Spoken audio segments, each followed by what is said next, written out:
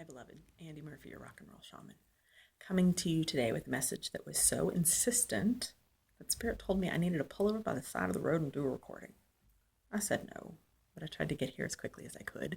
That being said, I don't have my normal setup. So I'm sorry if the video quality is not what you would expect from me, but hopefully the content of the message will balance that out. So you've been feeling kind of crazy lately? Shitballs crazy, in fact. Feels like the world is in upheaval. No matter where we look, everything feels hard, everything feels confusing, feels like a rug has been pulled out from under us.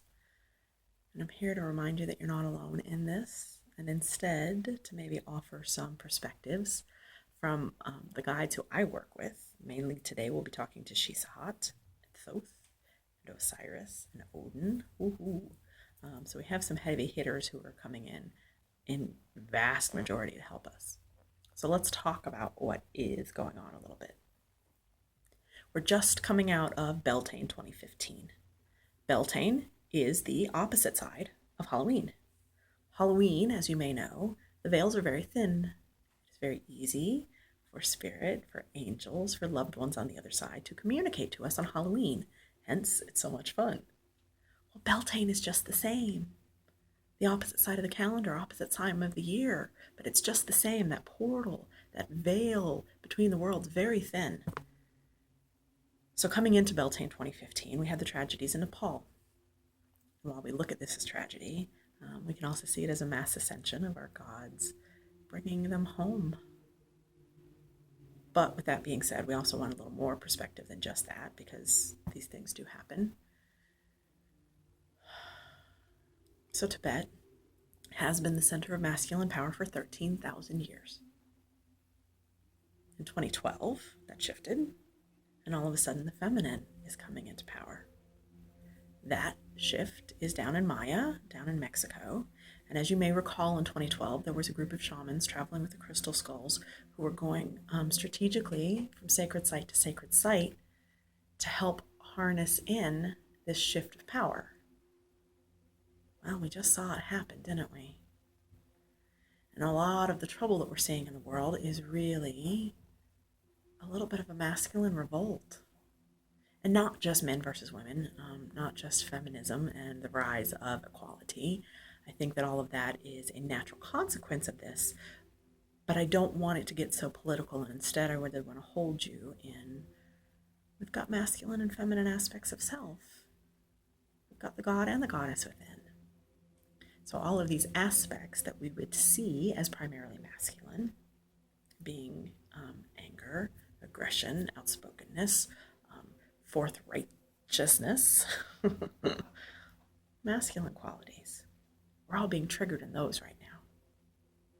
And as we watch that shift in power in Nepal, we don't say it with any less sympathy, with any less compassion, with any less love. But what we're watching is that shift of power in a very concrete way, shaking itself out. We've also seen lots of trouble in relationships. I don't think there's anyone who I've talked to who's not speaking of divorce or greatly triggered and challenged by their significant other right now. So we're seeing this masculine and feminine play out both on the macro and on the micro levels. The goddess has asked that we be incredibly gentle on our sacred masculine right now. Have more compassion for the masculine, have more compassion. And as this natural energy is building up in the feminine, compassion can be a little tricky. Patience can be even trickier. So we aren't here with advice, we're just here with perspective.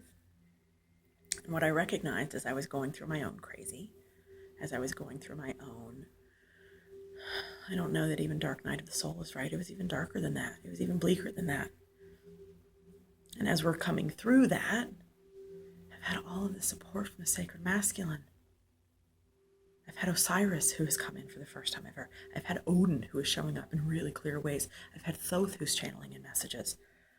I've always been a pretty clear channel for the feminine divine, so for the sacred masculine to be coming in, oh, there's something very different here. So I just ask you to be aware. I ask you to be conscious. I ask you to recognize that the masculine is shifting. And for the men, I think it looks like surrendering to the feminine. Not as in giving up, but trusting us, trusting that you're feminine, trusting that you're goddess, trusting that you're beloved in whatever form that relationship takes has got you. But it's surrendering to the divine feminine right now that will support all of us and allowing that sacred masculine in whatever way you look at him. Jesus would be awesome. Buddha, fabulous. The Dalai Lama to me looks like our most clear version of what a true sacred masculine is.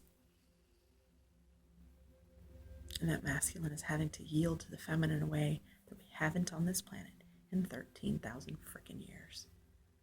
So be gentle on you, be gentle on them, and honor both aspects of self. And I think that's all I got for now. Coming to you from a very heart space myself. So none of us are immune to this. But we ask for grace, we ask for compassion. I keep asking Archangel Michael for more frickin' miracles. We need more miracles on this planet, so watch for the miracles. Whether they're in big form or whether they're in little form, they're there. If I can be of service on this lovely journey, you can find me at rockandrollshaman.com. Much love to you. Be gentle on you. And enjoy the ride to the best of your abilities, because we're doing things this planet has not seen in a very long time. I love you. We'll see you soon.